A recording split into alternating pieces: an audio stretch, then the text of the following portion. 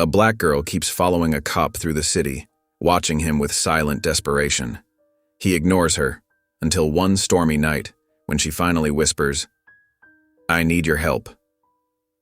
What she tells him shakes him to his core, because this isn't just about saving her brother. It's about a past he's been trying to forget, and a truth that will bring him to his knees. What secret is she hiding? And why does this hardened cop break down in tears when he realizes the truth? Before we get into the story, comment below where in the world you are watching from today. The neon signs from the corner liquor store painted the wet Chicago streets in a kaleidoscope of colors, casting purple and red reflections in the puddles that dotted the cracked asphalt. James Reynolds sat behind the wheel of his patrol car, wipers squeaking across the windshield as rain drummed steadily on the roof. After 15 years on the force, he knew every crack in these sidewalks, every shadow where trouble liked to hide, every alley where desperate people made desperate choices. His headlights cut through the misty darkness, illuminating empty storefronts and abandoned buildings with their boarded-up windows and faded "for lease" signs. The radio crackled with routine chatter, domestic disputes and minor traffic violations. But tonight felt different, quieter, the kind of quiet that made his neck prickle with unease, like the calm before a storm. That's when he first saw her. A small figure stood motionless on the corner of 47th Street, her oversized yellow raincoat gleaming under the streetlight like a beacon in the gloom. Dark eyes tracked his patrol car as he drove past, unflinching and unnaturally steady. James glanced in his rearview mirror, expecting her to vanish into the shadows like most street kids did when they spotted a cop. But she remained, watching, her tiny frame somehow commanding the entire street corner. The next night she appeared again. Different street, same stance like a statue carved from determination. This time near the old basketball courts where drug deals usually went down, their chain-link fences rattling in the wind. James slowed the car, studying her through the rain-streaked window. She couldn't have been more than 10, her face too young for the intensity in her gaze, too small for the weight she seemed to carry. "Just another kid," he muttered to himself, pressing the accelerator. But something about her wouldn't let him forget, like a splinter in his mind that refused to be ignored. The third night, he spotted her near the abandoned church on Mason Avenue, its broken, stained glass windows dark and empty like hollow eyes. The sight of her made his hands tighten on the steering wheel until his knuckles turned white. She was following his patrol route somehow, showing up in places where she shouldn't be, couldn't be. James had learned long ago not to get involved in things that weren't his business. The job was simpler that way, cleaner, less likely to keep him awake at night. But on the fourth night, the rain came down in sheets, turning the streets into rushing rivers. Lightning split the sky like a photographer's flash, followed by growling thunder that seemed to shake the whole city down to its foundations. James almost missed her this time, a small shadow beneath a flickering streetlight that sputtered and buzzed. Her yellow raincoat was gone, replaced by a thin sweater that clung to her shivering frame like a second skin. Something in his chest tightened, an old familiar ache he thought he'd buried years ago. Maybe it was the way she hugged herself against the cold, or how her shoulders trembled with each gust of wind that whipped through the street. It reminded him of another child long ago when he'd chosen to look the other way, when doing nothing had seemed easier than doing what was right. "Not my problem," he growled, but his foot was already easing off the gas, betraying his words. The patrol car rolled to a stop beside her, tires splashing through deep puddles. Rain hammered against the roof like impatient fingers as James hit the button to lower the passenger window. "Go home, kid," he said gruffly, expecting her to scatter like a startled cat into the night. Instead, she took a step forward, then another. Water streamed down her face and dripped from her chin, but her eyes never left his, dark and determined. She moved with the careful deliberation of someone approaching a wild animal, as if he was the one who might bolt at any moment, as if she was the one who needed to be careful. When she reached the car, she leaned in slightly, just enough for him to hear her whisper through the steady drumming of the rain. "I need you to save my brother." Her voice was barely audible above the rain, but the words hit James like a physical blow, knocking the air from his lungs. He saw desperation in her eyes, mixed with something else. A weariness no child should carry, the look of someone who had grown up too fast in a world that showed no mercy. For a moment he was frozen, caught between the safety of non-involvement and the weight of what she was asking, between who he was and who he could be. The radio squawked, breaking the silence with its harsh intrusion. "Unit 247, what's your 20? James stared at the girl, water dripping from her braids onto his passenger seat, creating dark spots on the worn fabric. She didn't flinch at the sound, didn't run, just waited, as if she'd known all along that this moment would come, as if she'd been counting on it, as if she'd seen something in him that he'd forgotten was there. The squad car's heater hummed softly as James watched the girl through his rearview mirror. She sat rigid in the back seat, water dripping from her braids onto the worn leather.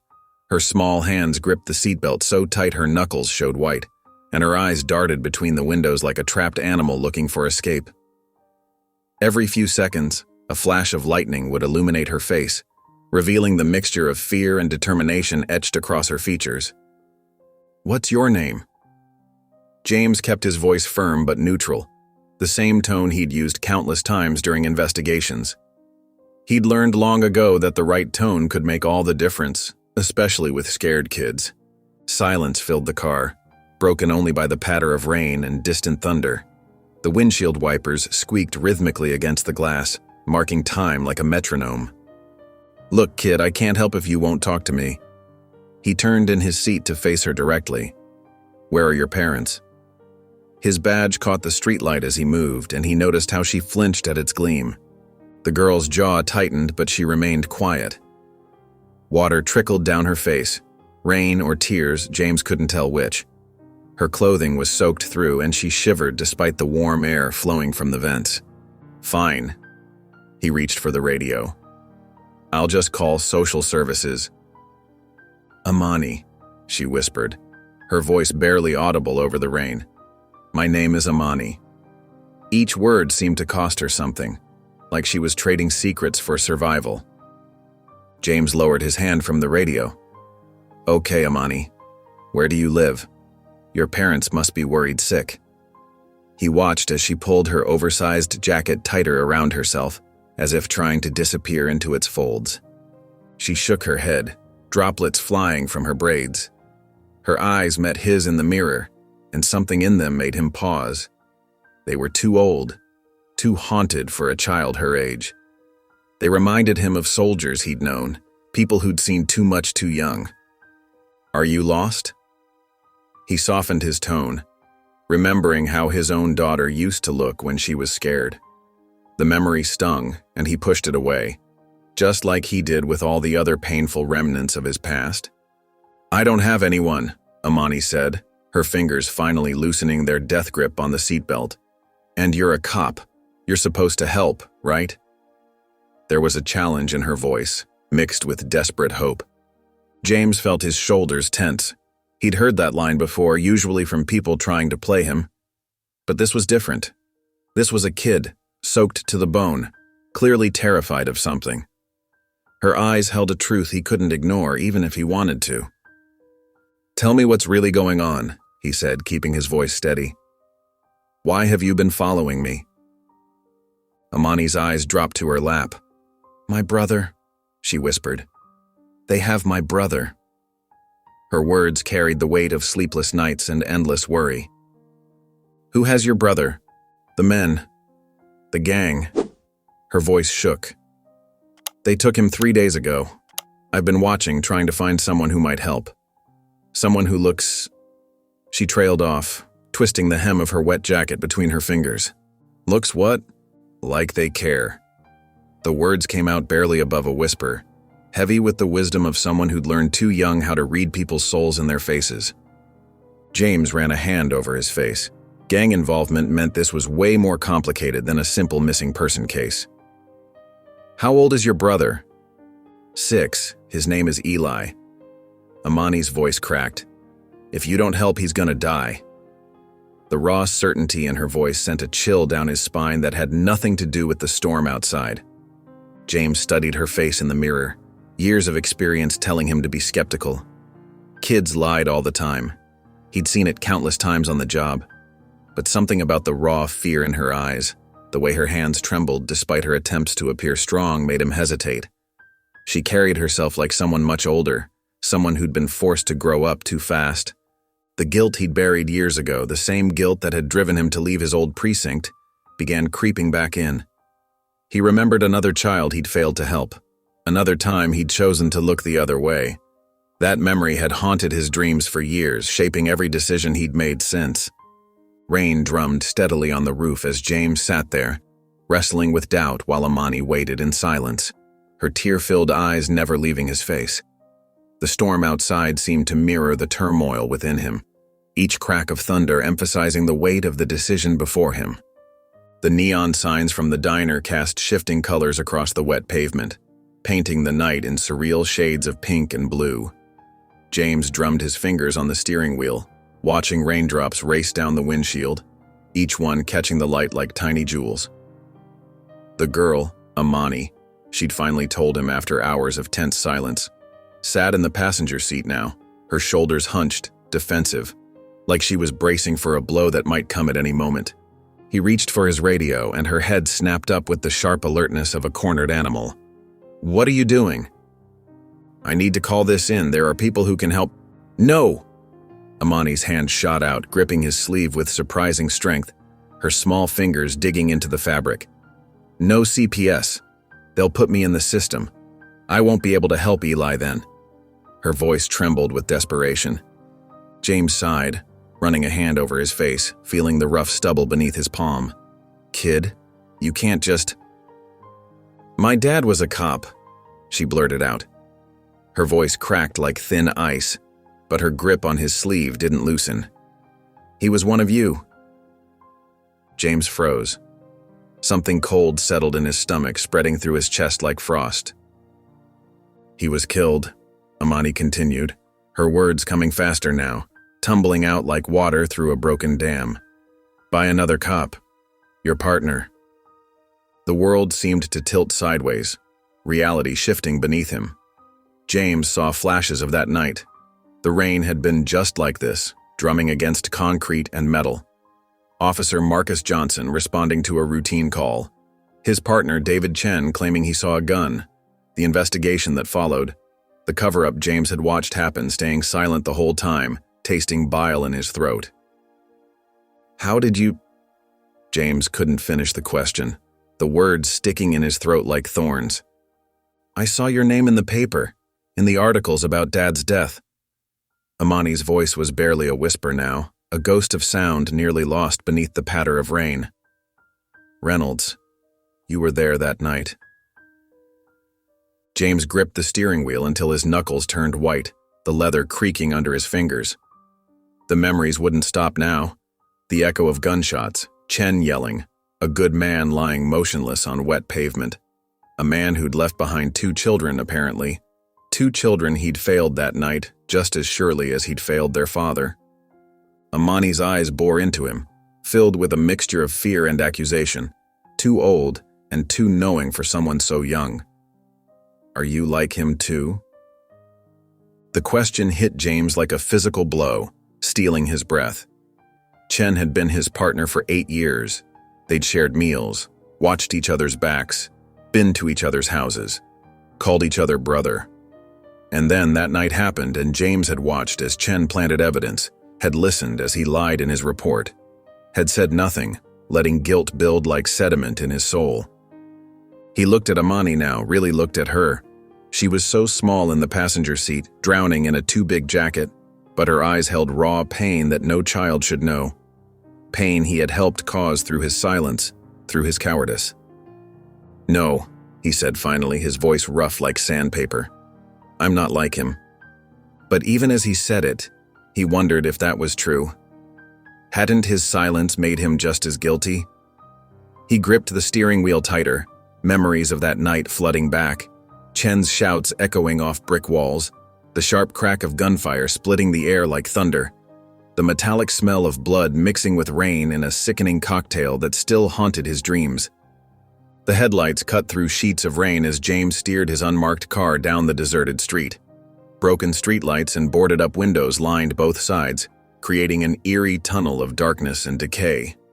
Amani sat rigid beside him, her small hands clasped tightly in her lap, knuckles white with tension. "That's it," she whispered, pointing to a hulking shadow ahead. "The yellow house." Her voice trembled slightly, betraying the fear she tried so hard to hide. James killed the engine a block away, studying the decrepit two-story through the rain-streaked windshield. Paint peeled from the walls like dead skin, revealing rotting wood beneath. Most windows were either broken or covered with plywood, their jagged edges catching what little light remained. The front yard was a jungle of knee-high weeds, swaying menacingly in the wind. "Stay in the car," he ordered, checking his gun with practiced movements. "Lock the doors. If anyone comes—" "I know," Amani cut in. "Hide under the seat." Her jaw was set with determination. James nodded, surprised by her calm. He'd seen veteran cops more rattled before raids, men with years of experience and body armor. "I'll be back with your brother." The rain drummed against his jacket as he crept through the overgrown yard. Sweet wrappers and beer bottles crunched under his feet, each sound making him wince. The house reeked even from outside, a nauseating mix of urine, stale beer, and decay that made his nose wrinkle and his stomach turn. The front door hung crooked on its hinges, swaying slightly in the wind. James pressed his back against the wall, listening. Nothing but rain and distant traffic, the city's heartbeat faint and far away. He eased inside, gun raised, every muscle tense. Moonlight filtered through gaps in the boards, casting weird shadows across bare floors littered with trash. The stench was worse inside, thick enough to taste. James moved silently, checking corners, staying close to the walls. Every step made the old floorboards creak, the sound impossibly loud in the stillness. A soft whimper stopped him cold. He froze, straining to hear over his own breathing and the thunder of his pulse. There it was again, barely a sound, more like a caught breath, full of fear. It came from upstairs. James took the steps one at a time, testing each before putting his weight down, hyper-aware of every tiny sound. The second floor was darker, the windows completely boarded up, leaving him in near total blackness. He pulled out his flashlight but didn't switch it on yet, wanting to preserve his night vision. Another whimper, closer now. From behind a closed door, the sound of a terrified child. He eased it open, wincing at the squeal of rusted hinges that seemed to echo through the empty house. The beam of his flashlight swept the empty room. Just more garbage, a stained mattress in one corner that made his skin crawl, and a closet door trembled slightly, barely noticeable but unmistakable to his trained eye. James approached slowly, gun ready, his breath shallow and controlled.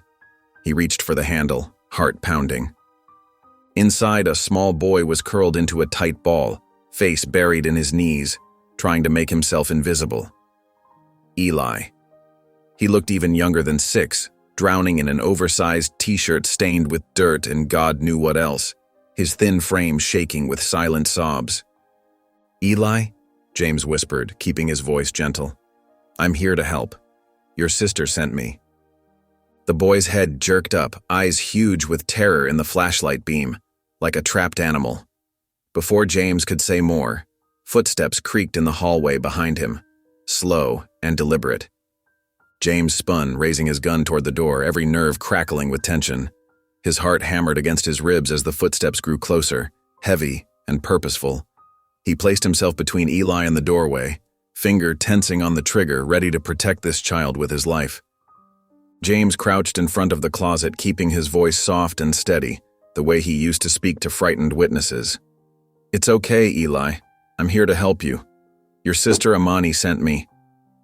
At the mention of his sister's name, Eli's eyes widened, a flash of hope breaking through the fear.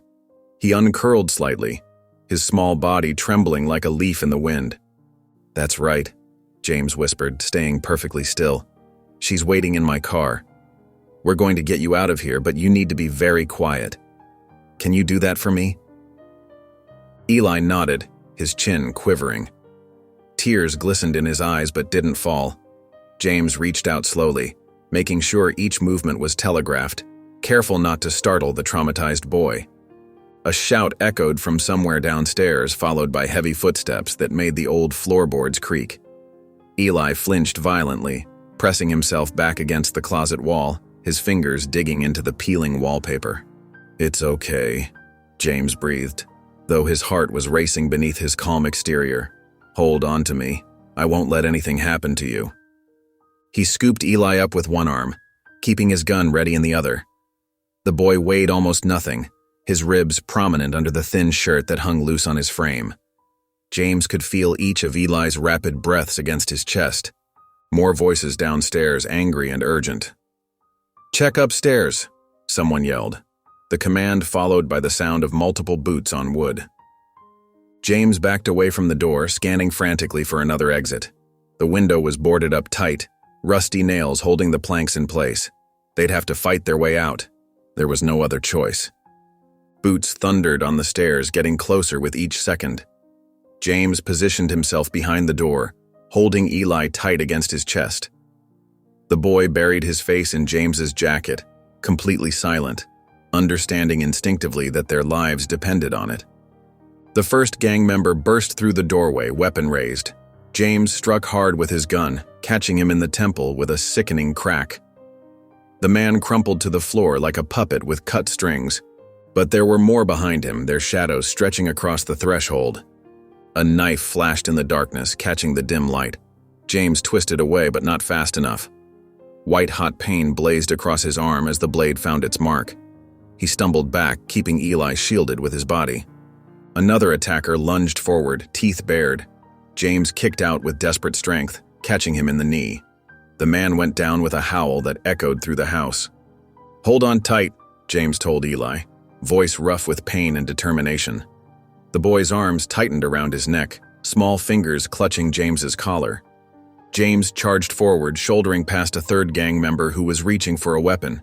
His wounded arm screamed in protest, sending waves of agony through his body. Blood soaked his sleeve, making his grip on Eli slippery and uncertain. They hit the stairs running. James took them 3 at a time, somehow keeping his balance despite the dizziness starting to cloud his mind. Behind them, angry shouts and pounding footsteps created a thunderous cacophony. A bullet splintered the banister beside them, sending wooden shards flying. Eli whimpered, the first sound he'd made since James found him. "Almost there," James panted, fighting to keep his voice steady. His vision was starting to blur at the edges, dark spots dancing in front of his eyes. Blood loss. Not good. Not now, when they were so close. They burst through the front door into the rain, cold droplets stinging James's face. He sprinted across the yard, his feet slipping and sliding in the mud. More shots cracked behind them, the sound partially muffled by the downpour. The car was right where he'd left it, a beacon of safety in the darkness. Through the rain-streaked windshield, he saw Amani's terrified face, her hands pressed against the glass. James yanked open the back door, the hinges groaning in protest. "Get down!" he shouted, practically throwing Eli inside. The boy scrambled across the seat, reaching for his sister.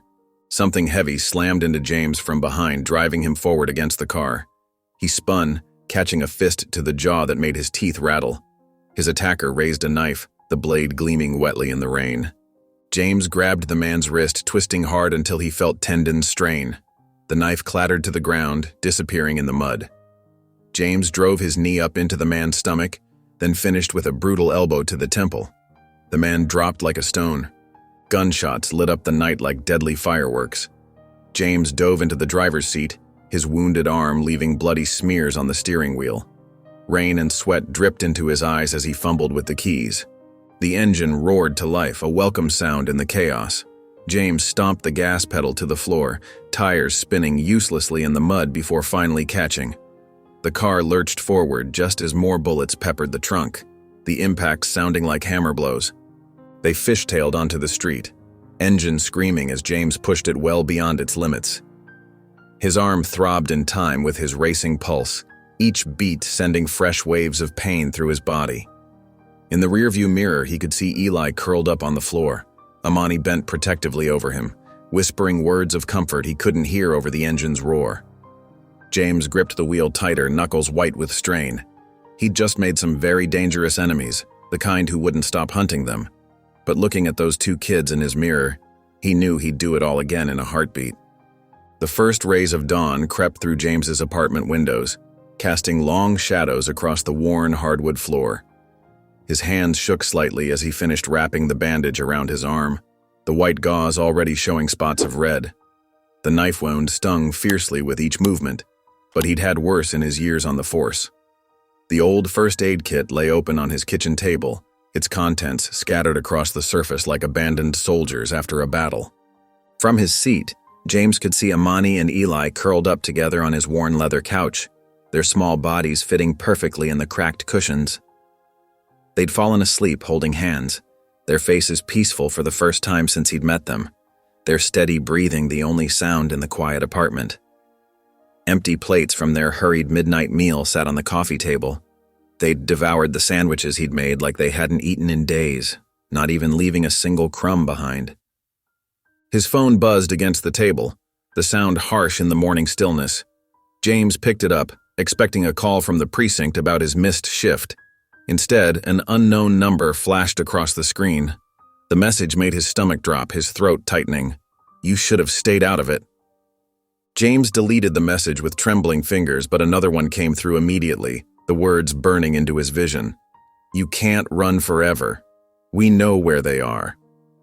His jaw clenched as he stood up, muscles tense, checking the locks on his windows and doors for the third time that morning. The apartment suddenly felt exposed, vulnerable, like a house made of glass.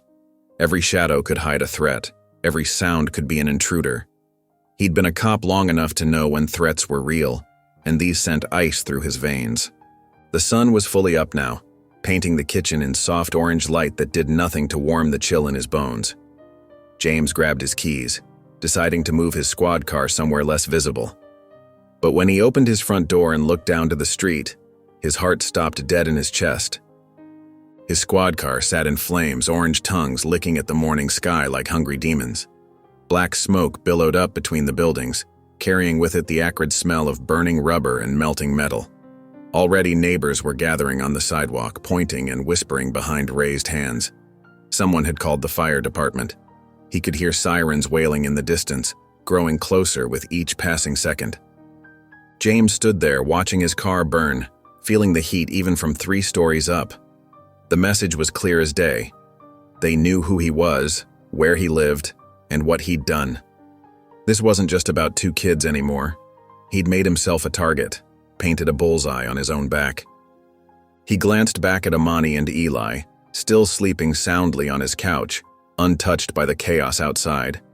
Eli had his thumb in his mouth, looking so much younger than his 6 years, his dark curls falling across his forehead. Amani's arm was wrapped protectively around her brother, even in sleep, her face finally free of the worry lines that aged her far beyond her years. The sight of them stirred something deep in James's chest, something he thought he'd buried years ago along with his badge and his faith in justice. These kids needed him, not just as a cop, but as someone who would stand between them and danger no matter what came next, no matter the cost. The flames reflected in his eyes as he watched his car burn, his determination hardening like steel in a forge. He would protect them, whatever it took, even if it meant burning down his own world to keep theirs safe. James pushed through the heavy glass doors of the precinct, his footsteps echoing in the familiar hallway. The morning bustle of officers and clerks filled the air with the usual sounds of ringing phones and shuffling papers, but something felt different today. Eyes followed him as he walked past, some curious, others disapproving. A few whispered conversations stopped abruptly as he passed. His arm throbbed under his jacket where the knife had caught him, the wound still fresh from last night's confrontation. He hadn't slept more than an hour, and his body felt heavy with exhaustion, each step requiring more effort than it should. But there was no time for rest. Not now. "Reynolds!" Captain Hayes' voice boomed across the room, cutting through the background noise like a knife. "My office. Now." James's jaw tightened as he followed the captain into his office, past the desk where he'd filed countless reports over the years. The small room smelled of coffee and old paperwork, with manila folders stacked high on every surface.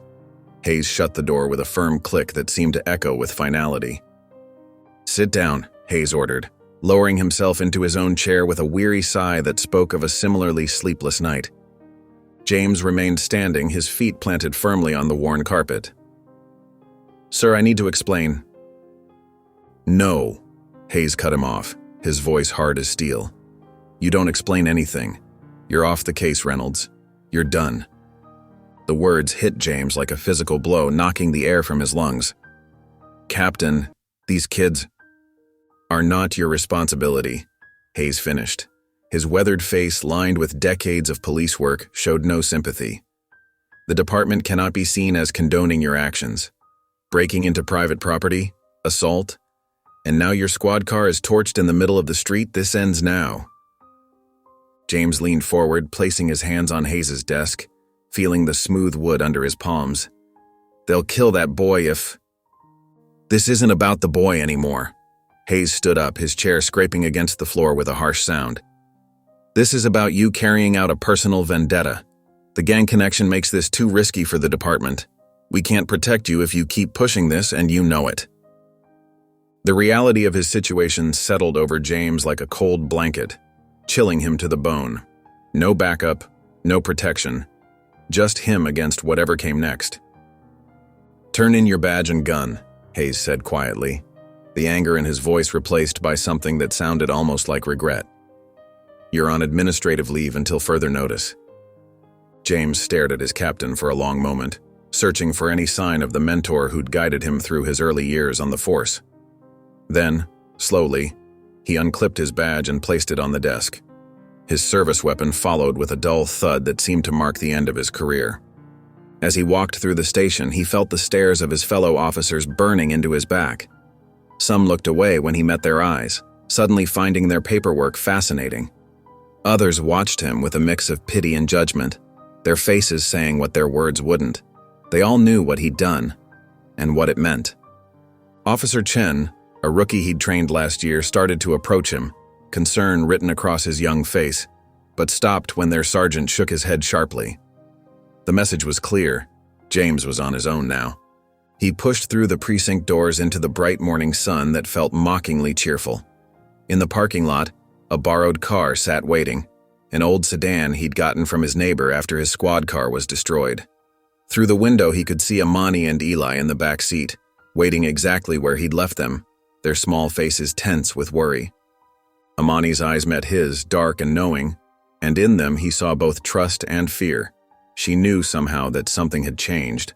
Eli was curled up against her side, clutching the small stuffed dog James had found in his apartment, its fur matted from being held so tight.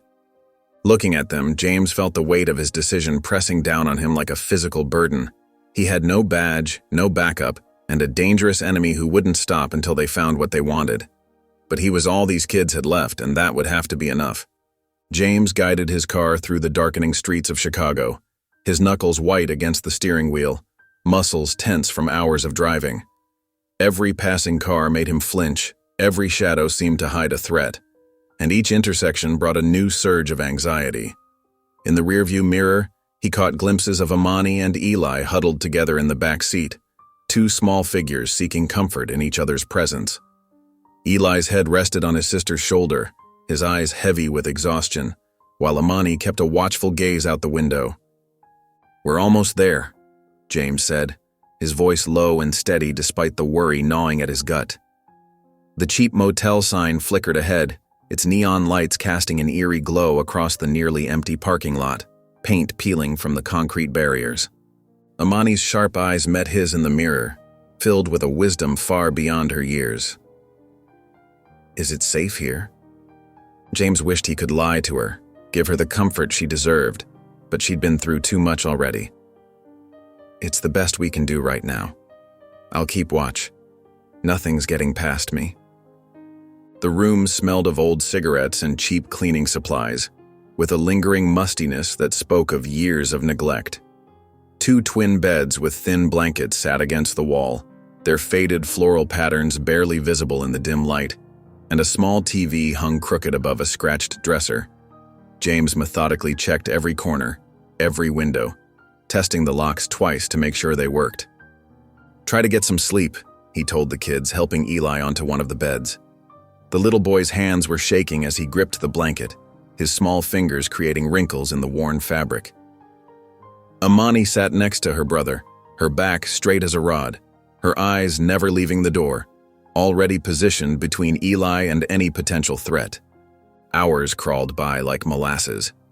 James sat in a chair by the window, peering through a gap in the dusty curtains, fighting against his own exhaustion. His gun lay ready on the small table beside him, a constant reminder of the danger they faced. Every car that pulled into the lot made his heart race. Every voice outside the door brought his hand to his weapon. Every footstep in the hallway made him hold his breath. The digital clock on the nightstand blinked 2 a.m. when James smelled it. Smoke, acrid and threatening. Then came the crackling sound, like angry whispers in the walls, followed by panicked shouts from nearby rooms. Heat pressed against the door, growing more intense by the second. "Amani! Eli! Wake up!" James was already moving, grabbing their few belongings and shoving them into their bag. Smoke began seeping under the door like ghostly fingers as Amani jolted awake, quickly shaking her brother with practiced urgency. "What's happening?" Eli's voice trembled, thick with sleep and fear. "Fire! We need to move, now!" James scooped up Eli in one arm, grabbed Amani's hand with his free one, feeling her small fingers grip his with surprising strength. The door handle was hot. They couldn't go that way. The metal nearly burned his palm through his sleeve when he tested it. The window. It was their only chance for escape. James kicked out the screen with one powerful motion, checking the distance to the ground. They were on the first floor, thank God, a small mercy in their current nightmare. "Amani, you first." He helped her through, then passed Eli to her waiting arms, watching how naturally she cradled her brother even in crisis. Flames were eating through the door now, turning the cheap wood to ash, hungry tongues of fire licking through the growing holes. The room filled with thick, choking smoke that burned his lungs with every breath. James dove through the window just as fire burst into the room, singeing the back of his jacket and sending waves of heat across his neck. They ran across the parking lot, joining other guests who had escaped the burning building, a crowd of shocked faces illuminated by the growing inferno. Sirens wailed in the distance, growing louder with each passing moment. James held the children close, watching their temporary shelter become an inferno, the flames reaching toward the night sky like grasping hands. The gang's message was clear as day. Nowhere was safe for them. Eli buried his face in James's chest, sobbing quietly, his small body shaking with each breath. Amani stood rigid beside them, her small hand gripping James's sleeve so tight it hurt, her face set in a mask of forced bravery. The fire's orange glow reflected in her eyes, making them shine with unshed tears and determination that broke James's heart. "We need to keep moving," James said softly, leading them away from the growing crowd of onlookers and the approaching fire trucks, their red lights painting the scene in surreal colors. His mind raced with possibilities, each one darker than the last, but looking at these two kids who had already lost so much, he knew he couldn't give up. They deserved better than this endless running. They reached his car, parked far enough away to be safe from the flames and prying eyes, as James helped them inside, making sure they were securely buckled. He caught Amani's gaze in the dim light.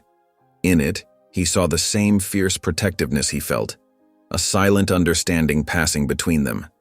They were in this together now, for better or worse, bound by circumstance and growing trust. The heat from the burning motel pressed against James's back as he carried Amani and Eli to safety. Smoke stung his eyes and filled his lungs, making him cough and wheeze. The orange glow of flames lit up the night sky, casting long shadows across the cracked asphalt of the parking lot. The acrid smell of burning plastic and wood filled the air. "Keep your heads down," James ordered, his voice rough from the smoke. He set the children on their feet behind his car, using it as a shield from the burning building. Eli trembled violently, his small hands clutching Amani's shirt so tightly his knuckles turned white. His sister wasn't much better. Her whole body shook as she held her brother close, trying to protect him like she always did. The wail of fire engines grew louder, piercing through the crackling of the flames. Red and white lights flashed as firefighters arrived, their trucks rumbling into position with hydraulic whines. The scene erupted in controlled chaos as they unrolled hoses and shouted commands, their voices carrying over the roar of the fire. James crouched down next to the children, his eyes scanning the area for any sign of danger. "Listen to me," he said softly, putting a gentle hand on Amani's shoulder, feeling her trembling beneath his touch. "I won't let anything happen to you two, you understand? Not now, not ever." Amani's eyes were wide with fear, reflecting the dancing flames behind them. "They found us," she whispered, her voice barely audible. "They're going to kill us like they tried to kill my dad." "That's not happening," James's voice was firm, carrying the weight of an iron promise. "Not while I'm here." Eli started crying, quiet sobs that broke James's heart and made his chest tighten.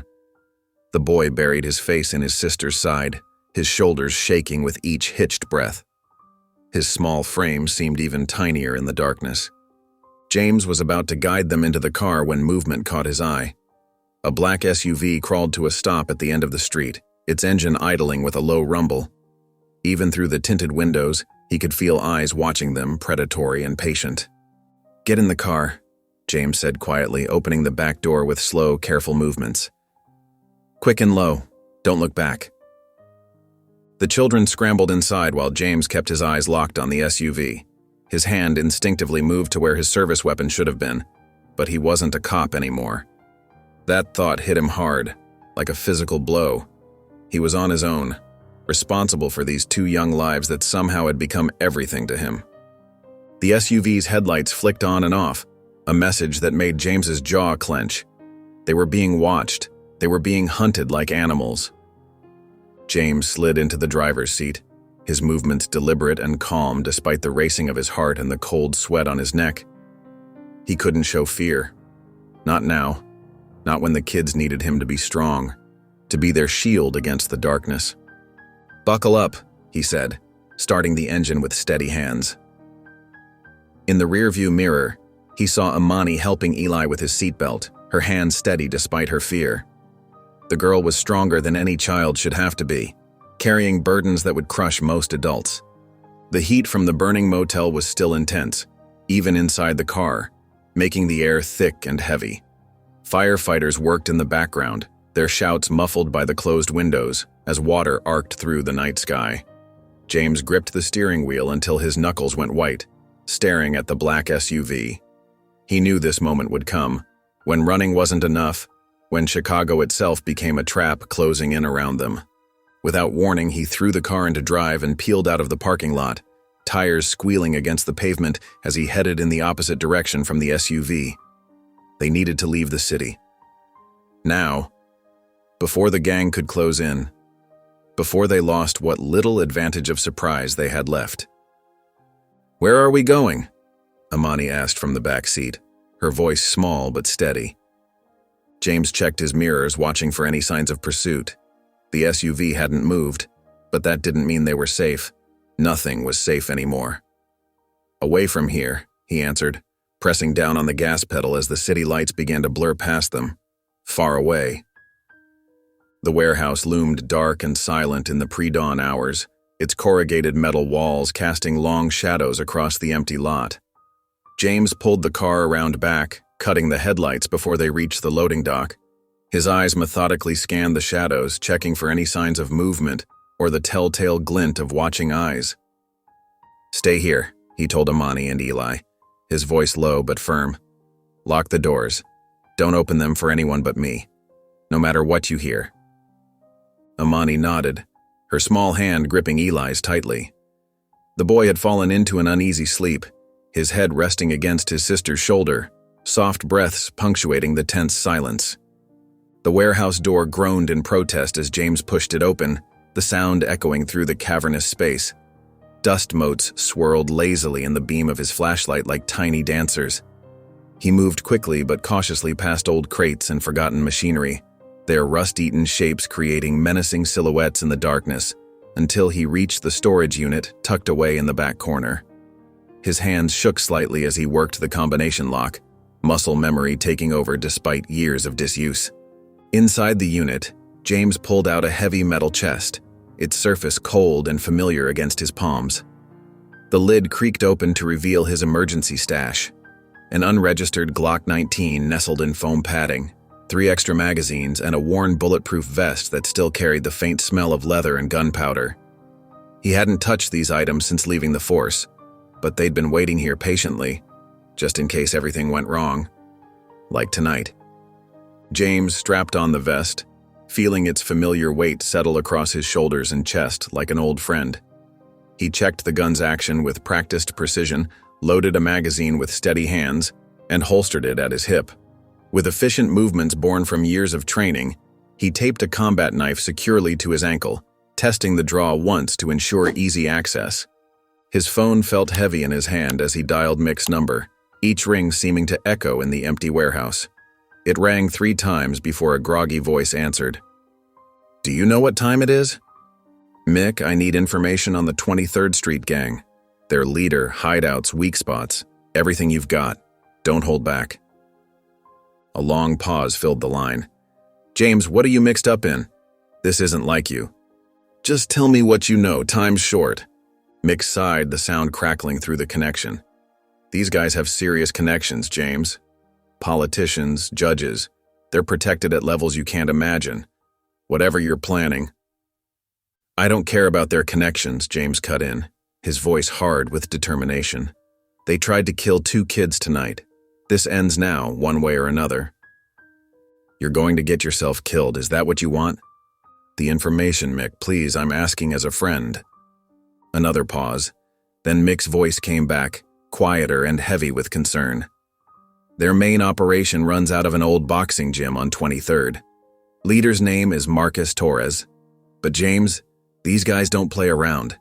They'll do worse than kill you if—" James ended the call, sliding the phone into his pocket. He checked his weapon one final time, feeling its reassuring weight against his hip. "Time to end this," he muttered, stepping out of the warehouse and into the growing light of dawn. The strip club's neon sign buzzed weakly in the late afternoon sun, letters flickering like dying fireflies. Bass from inside thumped through the walls, a steady rhythm that matched James's heartbeat as he crouched in the alley. He gripped his gun tighter, remembering Amani and Eli's faces, their trust, their hope. They were counting on him, and he wouldn't let them down. Not this time. The back door's lock gave way easily under his practiced touch. James slipped inside, staying in the shadows where years of experience told him he'd be invisible. The hallway reeked of stale beer, cigarettes, and desperation. 2 guards stood near a door marked private, their attention completely absorbed by their phones, thumbs tapping away at some game. James moved like a ghost, years of training taking over with fluid precision. One guard went down with a chokehold, muscles going slack under James's grip, the other with a swift strike to the temple that dropped him like a stone. Neither made a sound as James lowered them gently to the floor. Inside the main room, rap music blasted from speakers mounted in every corner, the bass so heavy it made his teeth vibrate. Gang members sprawled on worn leather couches, some counting stacks of dirty money, others drinking from expensive bottles with cheap glasses. The air was thick with sweet-smelling smoke that curled in lazy spirals under dim lights. James spotted Marcus, Smoke Holloway, immediately. He sat in the center of it all like a king on his throne, a thick gold chain glinting at his neck, his fingers decorated with gaudy rings. James didn't hesitate. He burst from the shadows, taking down the nearest gang member with a brutal elbow strike that sent the man spinning to the floor. The room erupted in chaos. Bottles shattered against walls and floor. Someone screamed a warning that came too late. 2 men rushed him. James dropped one with a kick to the knee that made a sickening crack, the other with a precise punch to the throat that left him gasping on the ground. Marcus jumped up, reaching for his gun with practiced speed. James was faster, running on pure adrenaline and righteous anger. He tackled Marcus over a table, sending cash and drinks flying in a shower of green and glass. They crashed to the floor in a tangle of limbs. Marcus was strong, landing a solid punch to James's ribs that made his vision blur. But James had fury on his side, the kind that came from protecting the innocent. He slammed Marcus's head against the floor, once, twice, feeling a grim satisfaction at the dull thud. They rolled across broken glass and spilled liquor, trading blows like savage animals. James felt his lips split under a wild punch, warm blood trickling down his chin. Marcus's eye was already swelling shut, turning purple-black under the flashing lights. The gang leader tried to reach for a knife in his boot, fingers scrambling for the handle. James caught his wrist mid-motion, twisting until bones cracked like dry twigs. Marcus howled in pain and rage. In seconds, James had him pinned against the sticky floor. His gun pressed cold and steady against Marcus's forehead, the barrel leaving a perfect circle in the man's sweaty skin. The room went silent, except for their heavy breathing and the relentless thumping music that seemed to mock the scene. "You come near them again, you die first," James growled, pushing the barrel harder against Marcus's skin, wanting him to feel every ounce of the threat. "That's not a warning. It's a promise." Marcus's split lip curved into a smirk, blood staining his teeth red, but real fear flickered in his eyes like a guttering flame. He knew James wasn't bluffing. This wasn't a cop following rules anymore. This was a man who had found something worth dying for, which made him capable of killing for it too. A man who had finally chosen his side and would defend it with everything he had. The fluorescent lights of the Chicago Police Department hummed overhead as James pushed through the heavy glass doors. Blood stained his shirt, some his own, some not, the dark patches a stark contrast against the light blue fabric. His knuckles were raw and swollen, skin split across the joints. Officers stopped their conversations mid-sentence, staring as he walked past their desks, their coffee cups frozen halfway to their lips. James didn't look at any of them, keeping his gaze fixed straight ahead. His boots left faint red marks on the linoleum floor as he headed straight for Captain Hayes' office, each step echoing in the sudden silence. He didn't bother knocking.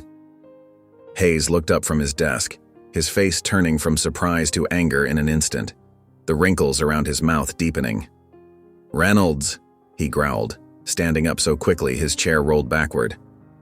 "What the hell have you done?" James said nothing, his face calm despite the dried blood on his temple and the bruise darkening beneath it.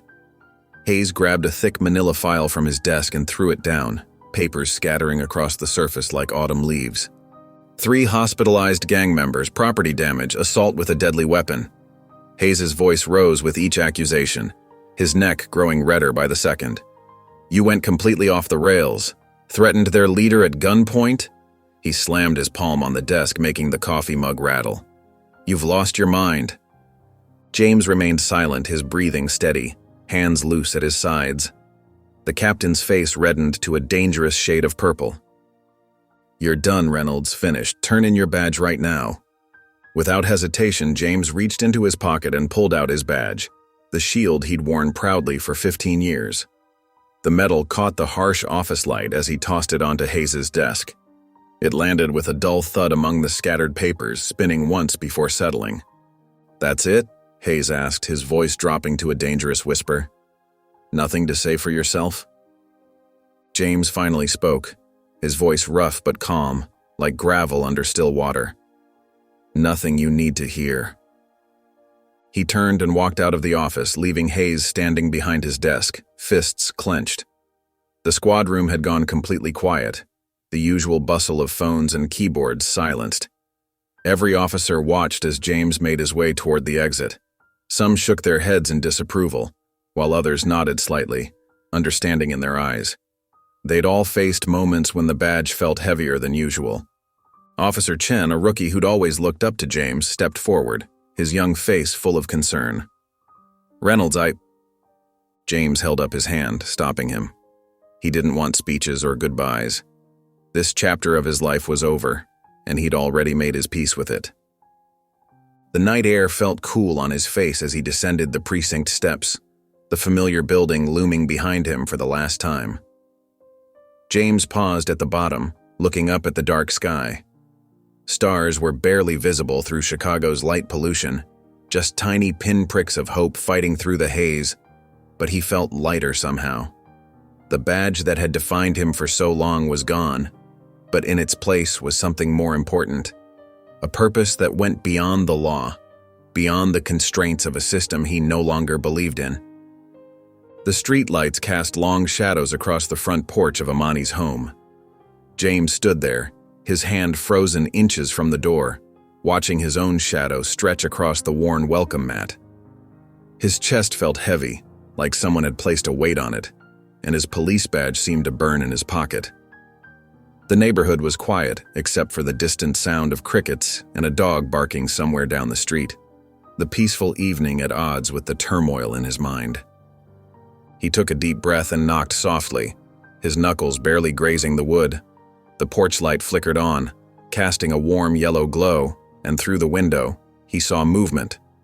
The door opened with a familiar creak, and there stood Amani, her eyes growing wide at the sight of him, her hand still gripping the doorknob. "James?" Eli's voice rang out from behind her, full of pure joy. The little boy darted past his sister and wrapped himself around James's leg, squeezing tight, his small face pressed against James's knee.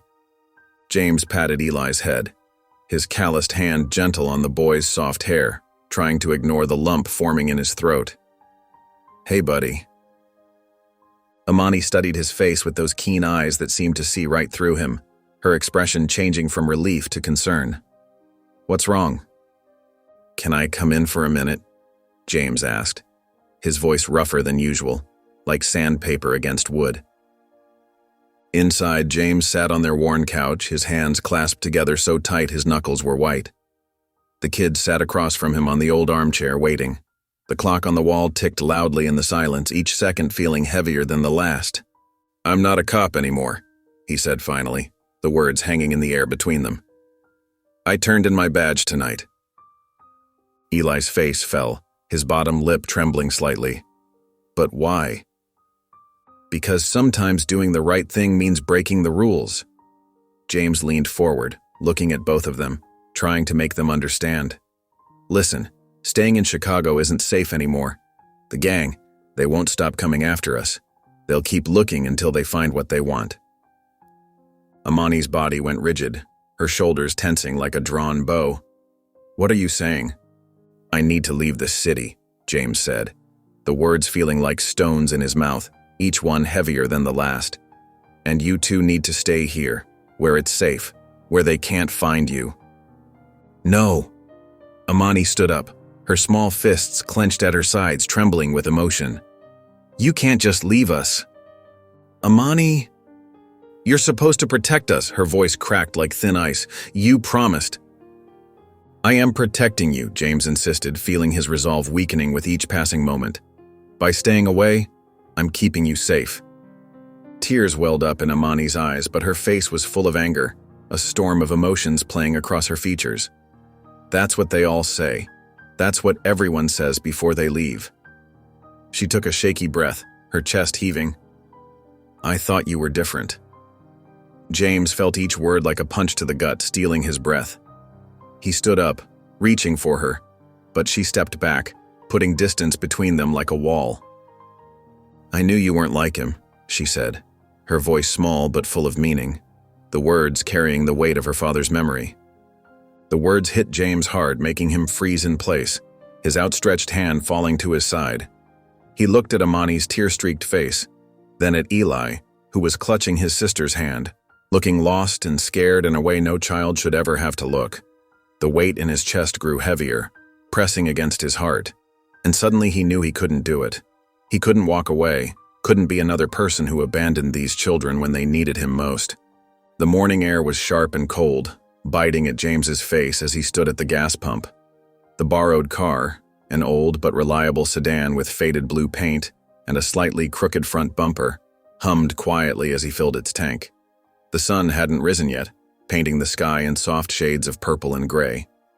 The gas station's fluorescent lights buzzed overhead, creating pools of harsh light in the pre-dawn darkness, casting long shadows across the empty parking lot. Amani sat in the passenger seat, her eyes alert despite the early hour, scanning their surroundings with the wariness of someone twice her age. Eli was curled up in the back, clutching his worn teddy bear close to his chest, its stuffing showing through at the seams. James watched them through the car window, his chest tight with a mixture of responsibility and doubt, wondering for the 100th time if he was doing the right thing. After replacing the gas cap, James opened the trunk and carefully arranged their few belongings. Some clothes stuffed into plastic bags, basic supplies from the dollar store, and whatever cash he'd managed to scrape together from his savings and odd jobs. Each movement was deliberate, buying time as he wrestled with his thoughts, trying to convince himself there was no other choice. Finally, he walked to Amani's window and tapped gently. She rolled it down with a soft mechanical whir, her expression guarded but determined, her small hands gripping the armrest. "Listen," James said, his voice rough with concern, clouds of breath floating in the cold air. "You don't have to come. We could find somewhere safe for you both here in Chicago. Maybe with a good family." "You don't get to decide that," Amani cut him off, crossing her arms tightly across her chest, her jacket making a soft rustling sound. Her eyes, usually so careful to hide emotion, flashed with a mix of anger and fear, tears threatening to spill over. James looked to Eli in the back seat, hoping for some support in his reasoning. But the little boy just hugged his teddy bear closer and nodded, clearly agreeing with his sister. His small face showed complete trust in both Amani and James, his brown eyes wide and earnest in the dim light. Running a hand over his tired face, feeling the rough stubble beneath his palm, James felt the weight of their decision settle onto his shoulders. These kids, they weren't just his responsibility anymore.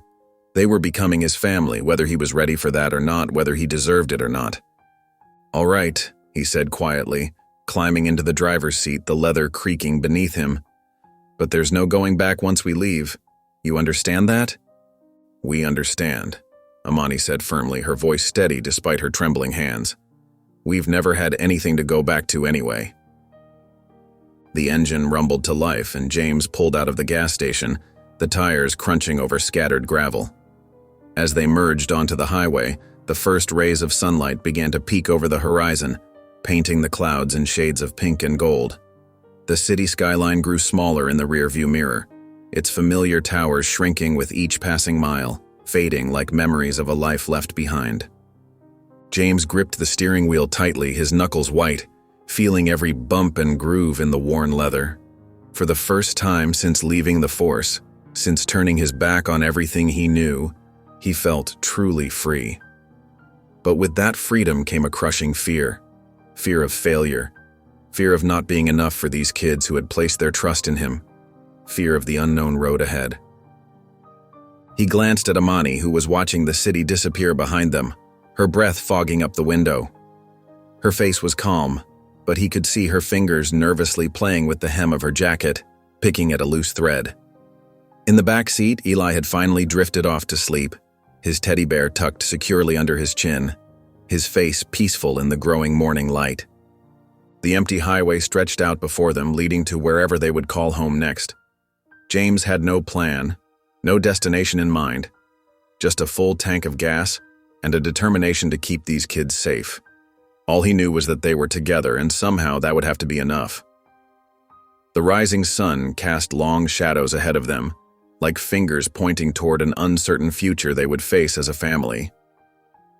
The morning sun streamed through the farmhouse's dusty windows, casting long shadows across the worn wooden floor. James stood at the old stove, a spatula in his hand, trying to remember the last time he'd actually cooked something. The pancake batter sizzled as it hit the pan, filling the kitchen with a warm, sweet smell. Amani sat at the kitchen table, her dark eyes watching his every move. She hadn't said much since they'd arrived late last night, just nodded when he'd shown her to her room. James understood her silence. This quiet life felt strange to him too. "You know how to cook?" she finally asked, her voice careful and measured. James flipped a pancake, managing not to mess it up. "My mom taught me, been a while though." In the corner of the room, Eli sat cross-legged on the floor, completely absorbed in playing with an old wooden train he'd found in a box. The toy was missing some paint, and one wheel wobbled, but Eli didn't seem to mind. His small hands pushed it back and forth across the floorboards, making quiet, choo-choo sounds under his breath. The normalcy of the moment hit James hard. No sirens, no gunshots, no constant looking over his shoulder. Just the sound of pancakes cooking, birds chirping outside, and a little boy playing with a toy train. These might not be perfect, James warned as he slid 2 slightly misshapen pancakes onto Amani's plate. She studied them for a moment before picking up her fork. "They're okay," she said after taking a bite, but James caught the tiny smile she tried to hide. "Eli," James called softly. "Come eat, buddy." The boy looked up, his face brightening at the sight of food. He carefully placed the wooden train beside his chair before climbing up to the table. James watched as he drowned his pancakes in syrup, something so normal it made his chest tight. The kitchen was quiet except for the sounds of forks against plates and the occasional birdsong from outside. Sunlight warmed the room, dust motes dancing in the golden beams. James poured himself a cup of coffee from the ancient percolator he'd found in a cabinet and sat down with them. He looked at these 2 kids, really looked at them. Amani trying so hard to be grown up, to keep her guard up, but still just a child who needed someone to trust. And Eli, innocent despite everything he'd been through, finding joy in a simple wooden toy. For years, James had lived alone with his demons, his regrets, his guilt. The silence of his apartment had been his only companion. But now, sitting in this old farmhouse kitchen with these 2 kids who'd somehow crashed into his life, that crushing loneliness felt far away. Eli looked up from his plate, syrup on his chin, and gave James a sticky smile. Even Amani seemed to relax a little, her shoulders losing some of their tension as she ate. James sipped his coffee, feeling something he hadn't experienced in years, a sense of belonging. The feeling scared him a little, but he couldn't deny how right it felt, sitting here with them, being something more than just an ex-cop with too many regrets.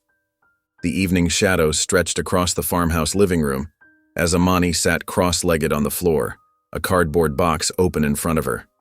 Her small hands moved carefully through its contents, old photos, folded papers, and precious memories from her life in Chicago.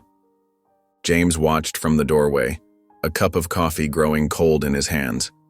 The floorboards creaked under his feet as he shifted his weight, but Amani didn't look up. She was too focused on something she'd just pulled from the bottom of the box. It was a yellowed newspaper clipping wrinkled at the corners. James's throat tightened as he caught sight of the headline, "Officer Marcus Johnson dies in line of duty." The photo showed a younger man in uniform, his smile bright and proud. Amani's fingers traced the edge of the paper. What was he like? Her voice was barely above a whisper.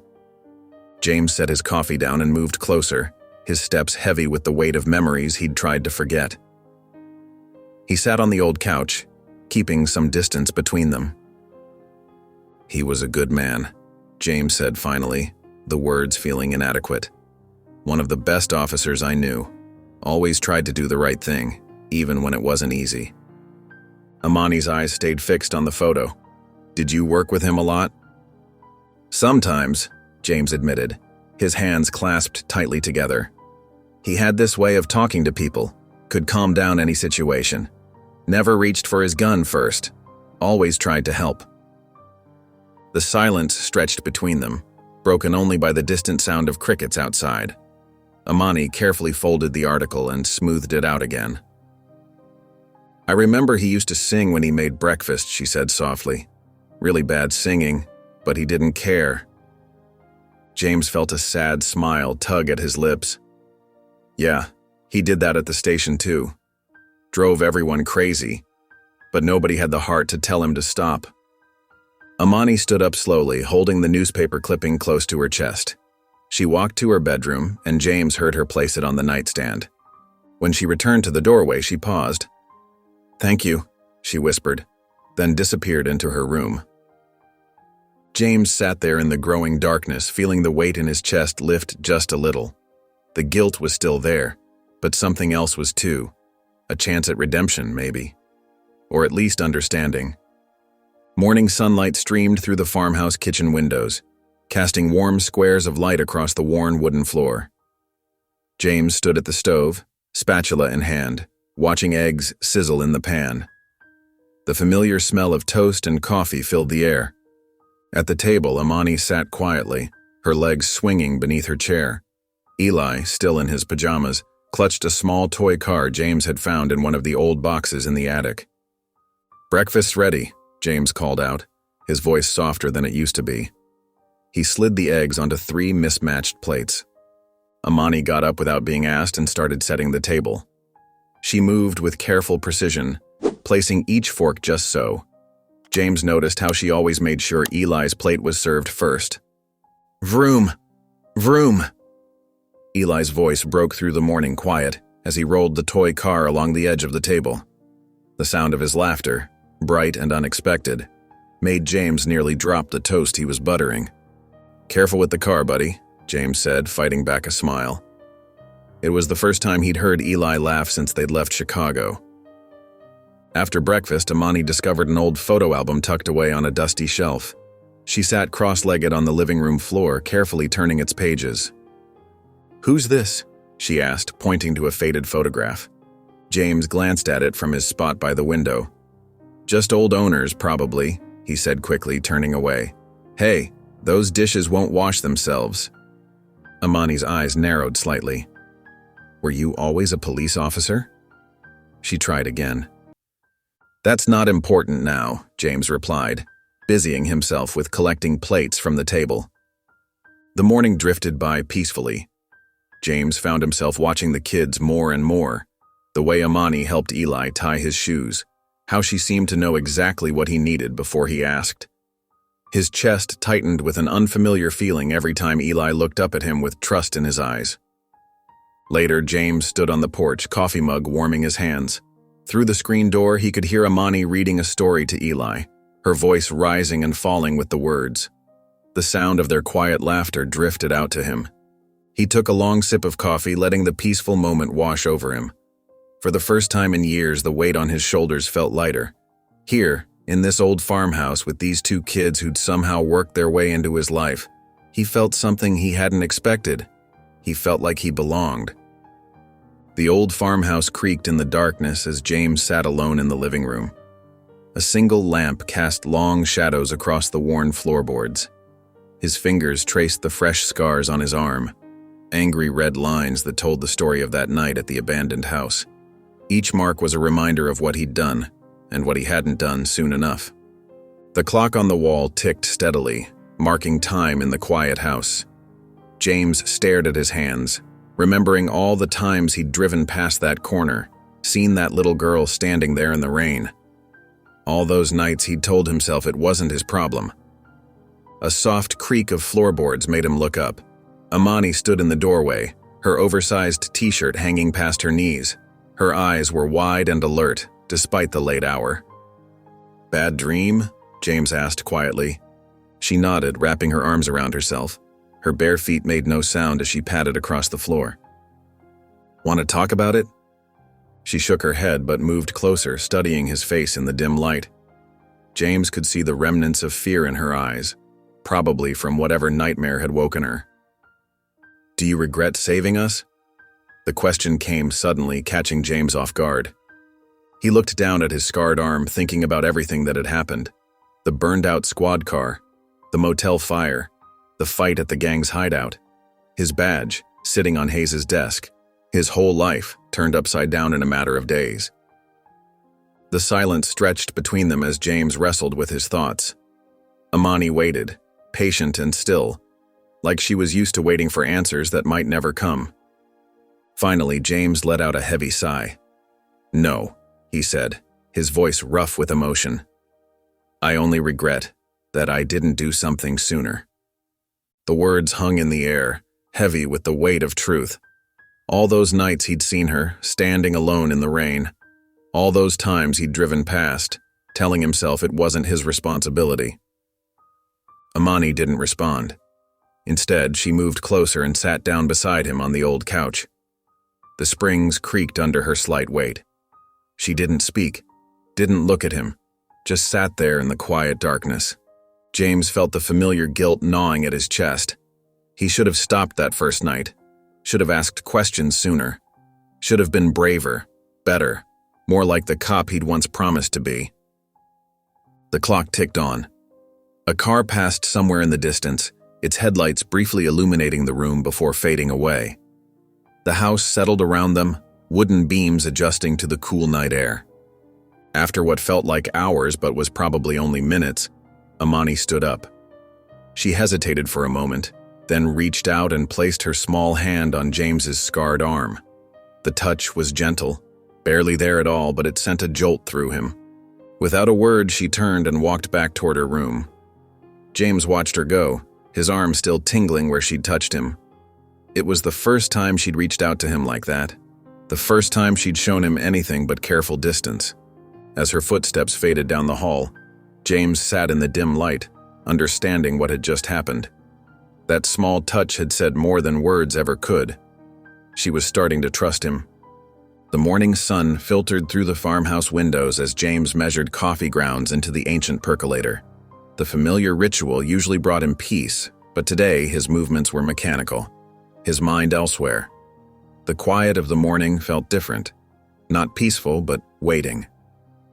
When the burner phone buzzed in his pocket, his stomach tightened. Only one person had this number. James pulled it out, staring at the screen for a moment before answering. "Reynolds," he said quietly, glancing toward the kitchen where Amani and Eli were eating breakfast. "James, it's Mick." Officer Sanders's voice was tense, missing its usual warmth. "We need to talk." James stepped onto the back porch, closing the door softly behind him. "What's wrong?" "They're still looking for you, James. Smoke, he's not letting this go." Mick's voice dropped lower. "He's been asking questions, putting feelers out. Word is he's offering serious money for information about where you went." James's fingers tightened around the phone. How serious? Enough to turn heads, and James, some of those heads are wearing badges. The morning air suddenly felt colder. James had suspected there were dirty cops working with the gang, but hearing it confirmed made his chest tight. "How many?" "I don't know for sure, but at least 3 officers and maybe a detective. You can't trust anyone here, James. Not anymore." Through the window, James could see Amani helping Eli with his cereal, her small hand steadying his spoon. They were laughing about something, their faces bright in the morning light. "What else?" James asked, knowing there was more. "Smoke's making this personal. The word is he's obsessed. Says you humiliated him, made him look weak. He won't stop until he finds you." James closed his eyes, remembering the night in the club, his gun pressed against Marcus's forehead. He'd known then that it wasn't over. "Thanks for the heads up, Mick." "Watch your back, James. And..." Mick hesitated. "Take care of those kids." James ended the call, slipping the phone back into his pocket. Inside, Amani and Eli were still at the table, completely unaware of the storm gathering around them. Eli had milk dribbling down his chin, and Amani was trying to wipe it away with a napkin, both of them giggling. His jaw clenched as he watched them. They'd finally started to feel safe here, to trust him. Now that fragile peace was threatened. James's hand unconsciously moved to his hip, where his gun usually sat. He'd have to start carrying it again, even here. The afternoon sun beat down on James's shoulders as he pulled the borrowed truck into the empty parking lot. The gun shop's neon open sign flickered weakly in the window, casting red shadows on the cracked pavement. He glanced at Amani in the passenger seat, her small frame tense with worry. "Stay in the truck," he said firmly. "Lock the doors." Inside the shop, fluorescent lights hummed overhead as James approached the counter. The owner, a heavy-set man with graying stubble, barely looked up from his magazine. James gave a false name, paid in cash, and selected a reliable handgun. The transaction was quick, impersonal, exactly what he needed. The weight of the new firearm pressed against his lower back as he stepped into the parking lot. The air felt thick, heavy with approaching summer heat. That's when he heard the voice behind him. "Well, look who it is." The words dripped with contempt. "You're that dirty cop, ain't you?" James turned slowly. A tall man in worn work clothes stood there, face twisted with disgust. James recognized the look. He'd seen it countless times before.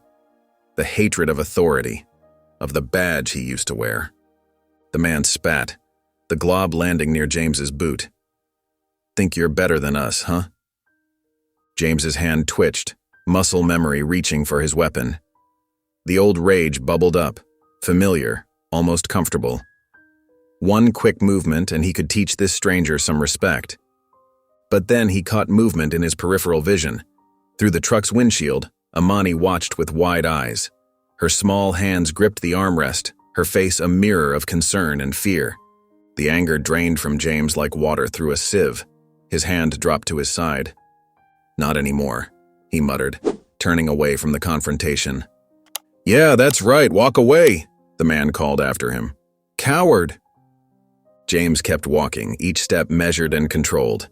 He climbed into the driver's seat, gripping the steering wheel until his knuckles turned white. The leather creaked under his fingers. Beside him, Amani shifted in her seat. Her voice was barely above a whisper when she spoke. "You don't have to be like them." James exhaled slowly, nodding slightly at her words. The tension in his shoulders began to ease. The farmhouse creaked in the night wind, its old bones settling as darkness pressed against the windows. In the children's bedroom, a small nightlight cast gentle shadows across the worn floorboards. Eli's soft breathing filled the quiet room as he slept peacefully in his bed. A piercing scream shattered the silence. Amani bolted upright, her chest heaving as she gasped for air. Her pajamas were soaked with sweat, her small hands clutching the blanket so tightly her knuckles turned white. James burst through the door, gun drawn, his eyes scanning every corner of the room. The moonlight caught the metal of his weapon as he checked behind the door, in the closet, under the beds. Finding no intruders, he lowered the gun and turned to Amani. She sat trembling, her eyes wide but unfocused, refusing to look at him. Eli hadn't stirred, exhaustion keeping him deep in sleep despite his sister's cry. "Amani?" James whispered, keeping his voice gentle. "What happened?" She shook her head, tears streaming down her face. The silence stretched between them, broken only by her ragged breathing. Finally, in a voice so quiet James had to lean closer to hear, she whispered, "He keeps coming back." James sat carefully on the edge of her bed, maintaining enough distance not to frighten her. "Who keeps coming back?" Amani's lower lip trembled. "Dad," she said, her voice breaking. "In my dreams, I see him standing there. He's wearing his uniform." She wrapped her arms around herself, as if trying to hold herself together. "I want to run to him, but I'm scared. The uniform, it makes me scared now." James felt something heavy settle in his chest. He looked at this little girl, so strong yet so broken, and saw the depth of her trauma for the first time. The uniform that should have represented safety and protection now triggered fear and pain. Without saying anything, James stood and walked to the dresser where Amani kept her few possessions. He picked up the framed photograph they'd found in her box of belongings, her father in his dress blues, smiling proudly at the camera. James placed it carefully on her nightstand. "He was a good man," James said softly, his voice rough with emotion. "He wouldn't want you to be afraid." Morning sunlight streamed through the farmhouse kitchen windows, casting warm squares of light across the worn wooden table. James stood at the counter, the familiar smell of coffee filling the air as the machine gurgled and dripped. His movements were slow, deliberate, still tired from another restless night. Amani sat at the table, pushing scrambled eggs around her plate with her fork. Her eyes were distant, lost in thought. The only sound between them was the gentle clink of her fork against the ceramic plate and the occasional sip of coffee from James's mug. Finally, Amani set down her fork and walked over to her backpack, which hung on a hook by the door. Her small hands hesitated before reaching inside, pulling out a wrinkled envelope. The paper was worn at the edges, clearly handled many times before. She stood there for a moment, clutching the envelope to her chest. James watched her, waiting.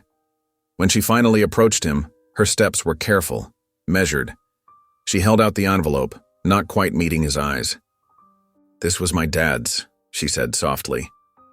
James set down his coffee mug and took the envelope with careful hands.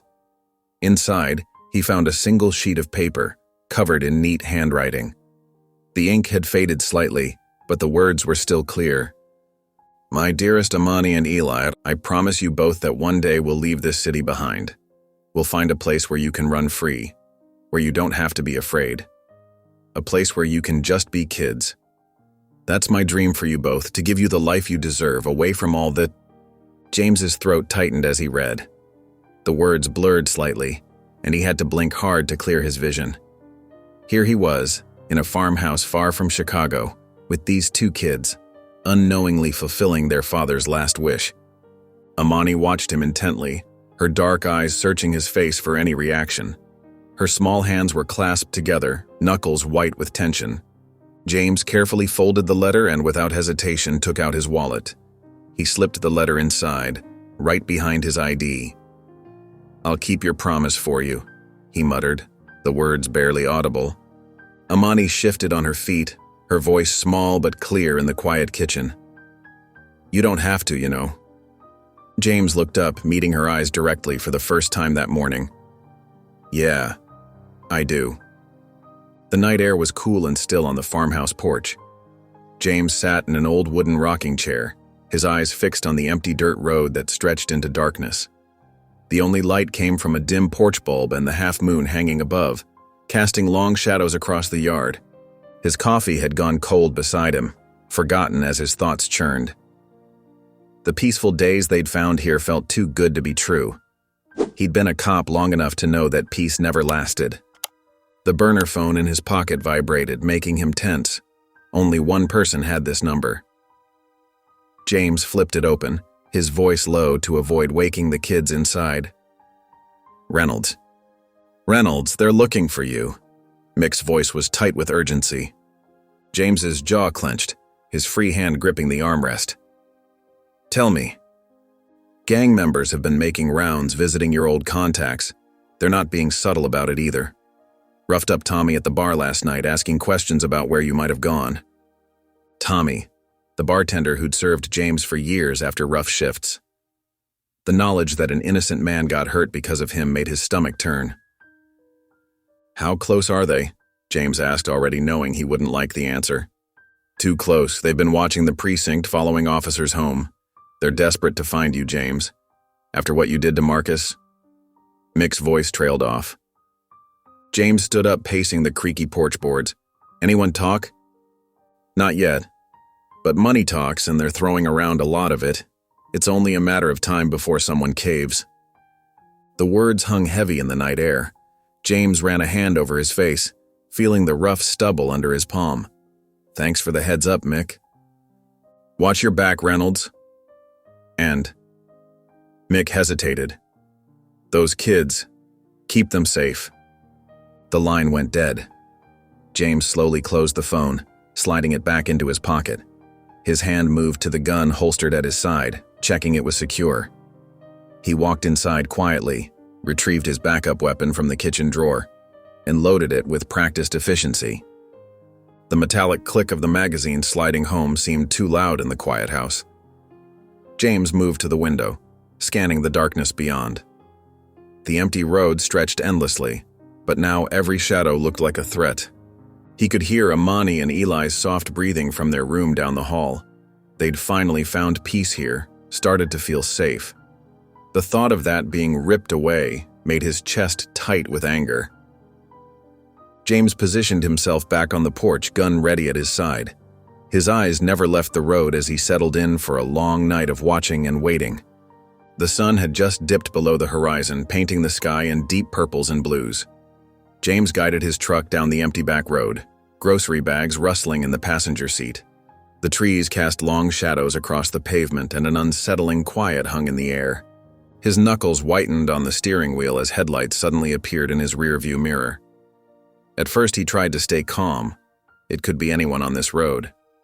But when the car accelerated rapidly, closing the distance between them, his cop instincts kicked in. The black SUV behind him roared closer, its engine growling in the gathering darkness. James recognized the vehicle. It was one of Marcus's crew. His heart pounded as he pressed the gas pedal harder, but the SUV matched his speed. Wham! The SUV slammed into his rear bumper, making his truck lurch forward. James gripped the wheel tighter, fighting to maintain control. He spotted a narrow dirt path ahead and made a split-second decision. Jerking the wheel hard, he veered onto the rough trail, branches scraping against his truck's sides. The crack of gunfire split the air. His back windshield exploded inward, sending glass shards everywhere. James ducked low, reaching for his gun with one hand while steering with the other. The SUV was right on his tail, more shots pinging off his truck's frame. James waited for a straight stretch of road, then twisted in his seat. He fired 3 quick shots through his shattered back window. The third bullet found its mark. The SUV's front tire burst with a loud pop. The vehicle swerved violently, kicking up dirt and gravel. But they weren't done. Even with a blown tire, the SUV kept coming, sparks flying from its rim. James took another sharp turn, hoping the rough terrain would finish what his bullet started. The SUV fell behind, its damaged wheel making it harder to navigate the uneven ground. After a few more desperate turns through the woods, James finally lost sight of them in his mirrors. His breathing was heavy as he steered back toward the main road, taking a different route to the farmhouse. He knew this was just the beginning. They had found him and they wouldn't stop until they finished what they started. The morning sun filtered through the kitchen window, casting long shadows across the worn linoleum floor. James stood rigid at the window, his eyes scanning the empty road that stretched into the distance. His coffee had gone cold, forgotten on the counter beside him. Every passing car made his muscles tense, ready for action. Behind him, the sound of small feet padding across the floor broke the silence. Amani appeared in her oversized pajamas, her dark eyes watching him carefully. Eli followed close behind, clutching his stuffed animal. "Breakfast?" James asked, forcing his voice to sound casual. He moved to the stove, cracking eggs into a pan. The sizzle filled the quiet kitchen. Amani climbed onto a kitchen chair, her gaze never leaving James. "Something's wrong," she said softly. It wasn't a question. James focused on stirring the eggs, adding a pinch of salt. His movements were mechanical, practiced. "Everything's fine," he replied, but the words felt hollow.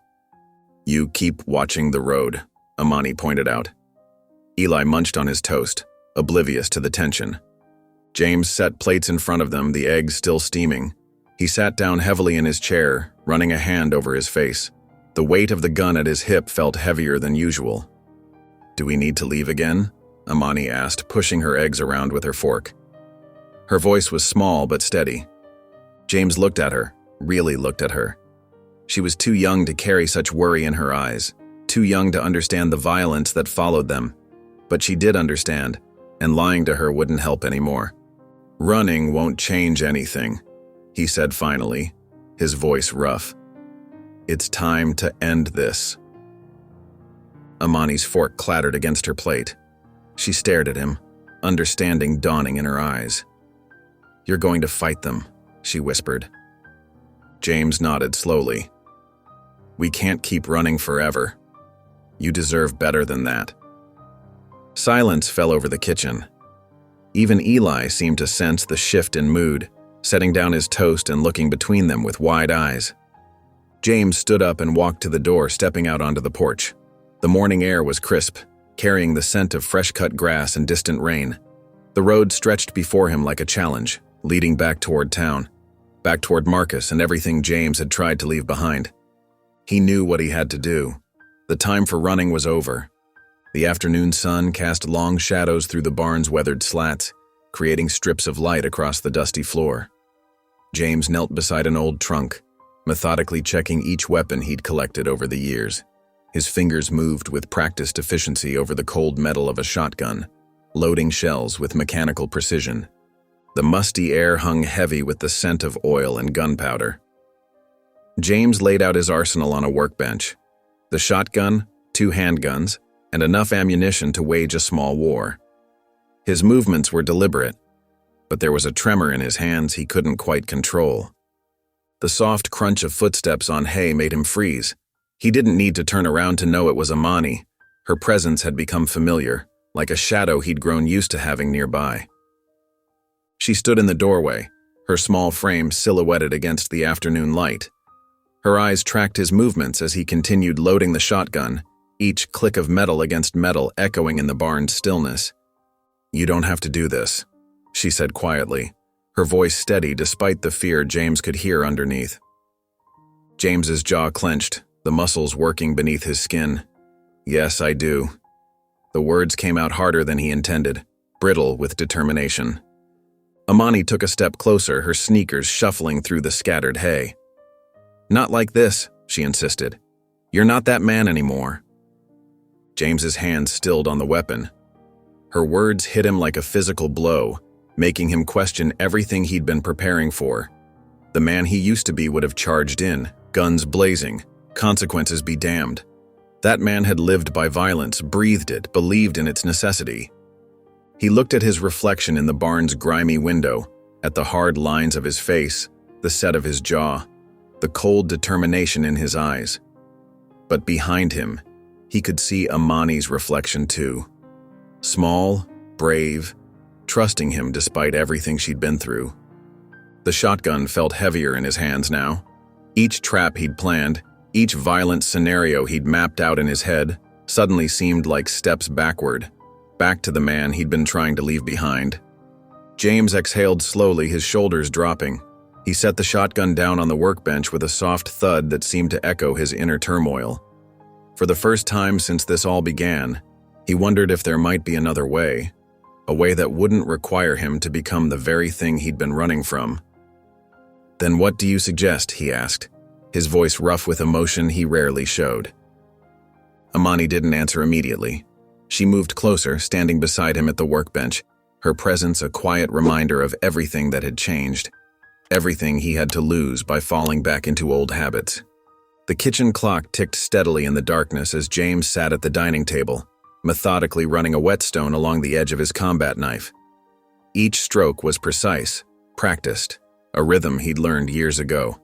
The blade gleamed in the dim light from the single bulb overhead. The farmhouse felt different tonight. Every creak of the old wooden floors seemed amplified.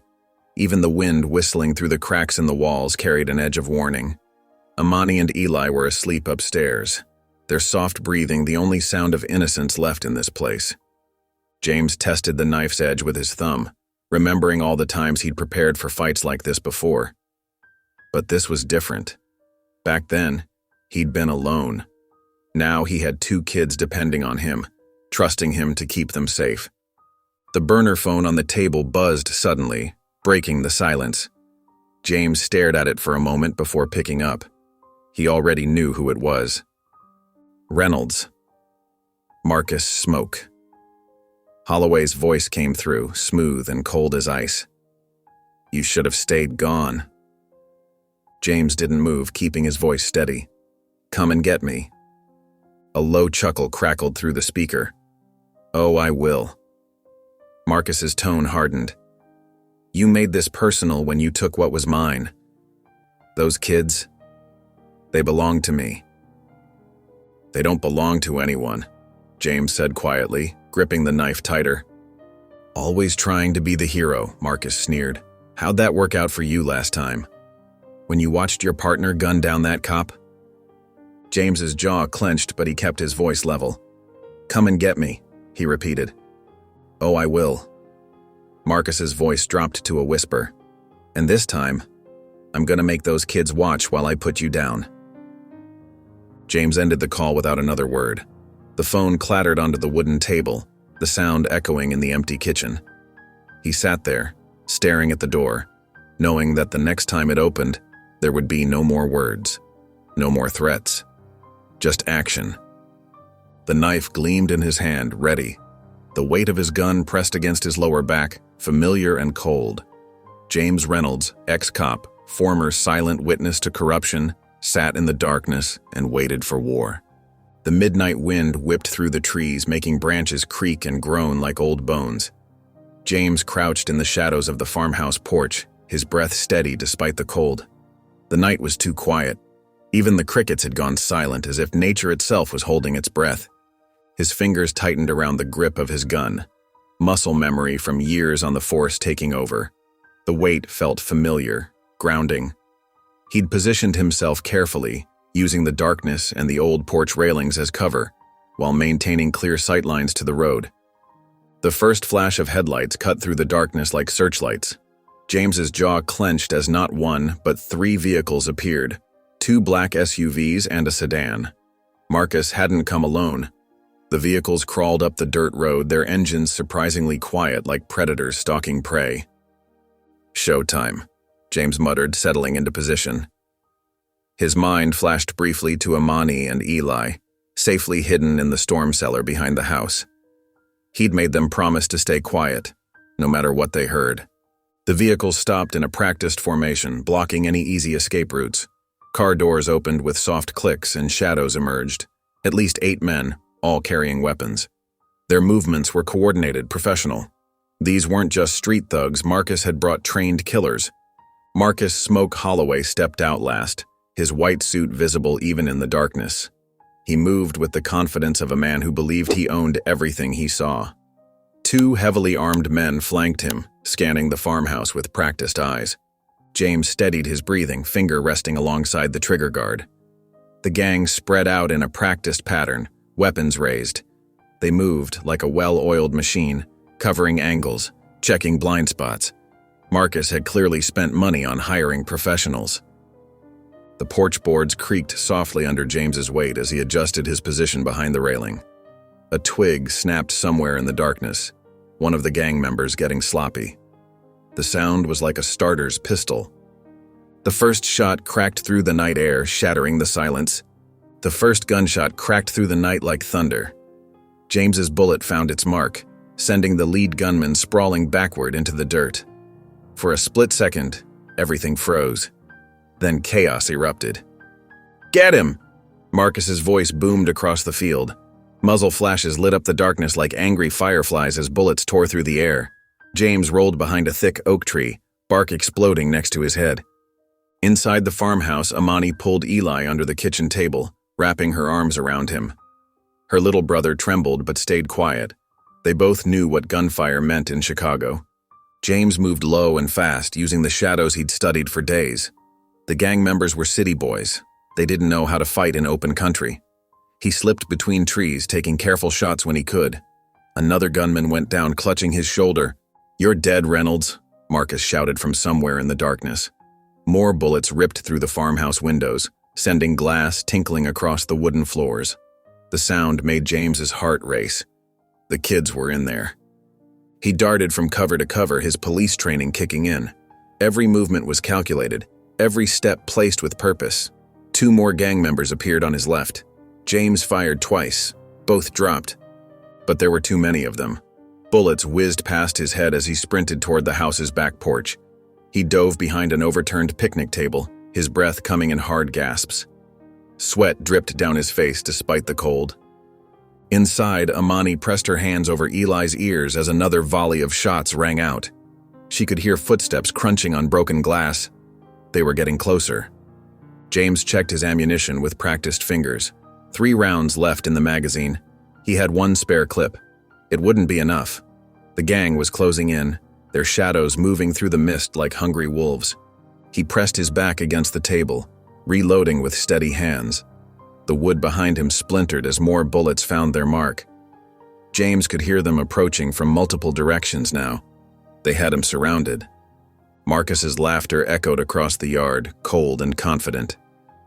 "No backup this time, Reynolds. No badge to hide behind."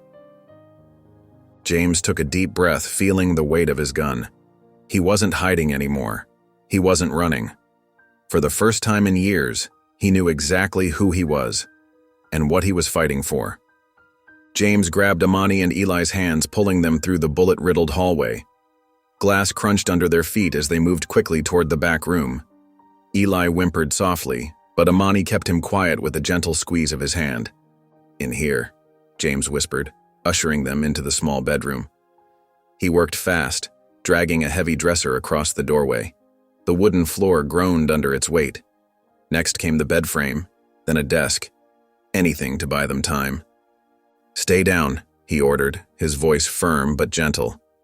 "Don't make a sound no matter what you hear. Understand?" Amani nodded, holding Eli close as they huddled in the corner. Her eyes were wide but determined. She'd keep her brother safe. Heavy boots thundered through the front door. James counted at least 5 sets of footsteps. He checked his gun, 3 bullets left. Not nearly enough. "Clear the rooms," Marcus's voice rang out. "Find them." James pressed himself against the wall near the hallway entrance. 2 gang members passed by, their shadows stretching across the floor. He moved silently, years of training taking over. The first man never saw him coming. James grabbed him from behind, snapping his neck with a sharp twist. The second spun around, but James was faster. One shot, center mass. The man crumpled without a sound. "You're only making this harder on yourself, Reynolds," Marcus called out, his voice echoing through the house. "Those kids? They're going to die because of you, just like everyone else you tried to protect." James's jaw clenched, anger burning in his chest. "Watch me," he growled under his breath. More footsteps approached. James checked his gun again. 2 bullets left. His back pressed against the wall, heart pounding against his ribs. The sound of breaking glass and splintering wood filled the house as the gang tore through each room, getting closer. "It's over, Reynolds," Marcus taunted. "You can't save them. Not this time." James gripped his gun tighter, feeling the cold metal against his palm. 2 bullets. That's all he had left to protect those kids. His kids. James crept through the darkened hallway, his boots silent on the wooden floor. The house creaked and groaned around him, filled with the echoes of gunfire and breaking glass. He could smell gunpowder and fear in the air. 2 gang members stood in the kitchen, their shadows stretching across the floor. James moved like a ghost, years of police training taking over. The first man went down without a sound. James's arm locked around his throat. The second barely had time to turn before James's fist connected with his jaw. In the living room, another thug swept his flashlight beam across broken furniture. James waited in the shadows until the man passed, then struck. Quick, efficient, silent, just like he'd been taught. His heart stopped when he heard Eli's sob from the study. James pressed himself against the wall, peering around the corner. The sight made his blood run cold. Marcus stood in the center of the room, one arm wrapped around Amani's throat, a gun pressed to her temple. Eli huddled in the corner, tears streaming down his face. But Amani, she was completely still, her eyes fixed on James with an intensity that made his chest ache. "You should have walked away," Marcus said, his voice dripping with satisfaction. His finger tightened slightly on the trigger, making James's heart jump. James kept his weapon trained on Marcus, trying to find an angle, any opening that wouldn't put Amani at risk. But Marcus knew what he was doing. He kept Amani perfectly positioned as a human shield. "Let her go," James growled, his voice low and dangerous. The words seemed to hang in the air between them. Silence stretched out, broken only by Eli's quiet sobs. Marcus's lips curved into a cruel smirk. "Make me." James felt sweat trickle down his back as he assessed the situation. Marcus had the upper hand. Any shot would risk hitting Amani. The distance was too great to guarantee a clean hit. One wrong move and James couldn't finish the thought. He looked into Amani's eyes again, saw the trust there. The same trust her father had probably had in his partner before. Without warning, James lowered his gun slightly. Then he launched himself forward, body slamming into Marcus with enough force to knock the gun away from Amani's head. James stood over Marcus, his chest heaving with each breath. Blood trickled down his face from a cut above his eye, and his knuckles were raw and bleeding. The gun in his hand felt heavy as he pressed it against Marcus's temple. Marcus spat blood onto the floor, his eyes defiant even in defeat. "Do it," he taunted, voice hoarse. "Show them what kind of man you really are." James's finger tightened on the trigger. Years of rage and guilt coursed through him. This man had threatened everything he'd come to care about. One pull of the trigger would end it all. "Don't." Amani's quiet voice cut through the haze of violence. James didn't move, but his eyes flickered toward her. She stood in the doorway, her small frame straight and steady despite everything she'd witnessed. "You're not like him," she said, softer this time. Her words carried the weight of trust. Trust James hadn't realized he'd earned until this moment. James looked back at Marcus, seeing not just an enemy, but a reflection of the man he used to be. Angry, violent, lost. His hand trembled slightly. With a deep exhale, James lowered the gun. Instead of pulling the trigger, he brought the butt of the weapon down hard against Marcus's temple. The gang leader slumped unconscious to the floor. In the distance, sirens wailed, growing louder with each passing second. The cavalry was finally arriving, too late for the fight, but just in time for the cleanup. Mick must have called it in. Eli emerged from his hiding spot and ran to Amani, wrapping his arms around her waist. She held him close, her eyes never leaving James. Blue and red lights began flashing through the broken windows, casting strange shadows across the destruction. Bullet holes peppered the walls, furniture lay overturned, and the bodies of Marcus's men were scattered throughout the house. As heavy boots thundered up the porch steps, James stepped back from Marcus's unconscious form. Police officers swarmed in, weapons drawn, shouting orders. They quickly secured the scene, cuffing Marcus and the surviving gang members. James watched in silence as they led Marcus away. The rising sun painted the sky in soft pinks and oranges, a stark contrast to the violence that had unfolded in the darkness. Amani moved to stand beside him, Eli still clinging to her side. "So what now?" she asked, her voice steady despite everything they'd been through. James looked down at her, then at Eli, then at the sunrise stretching across the horizon. A small smile tugged at the corner of his mouth. "Now, we go home." If you enjoyed the story of James, I handpicked this next story that you will enjoy. Please don't miss this one. Click here to watch it.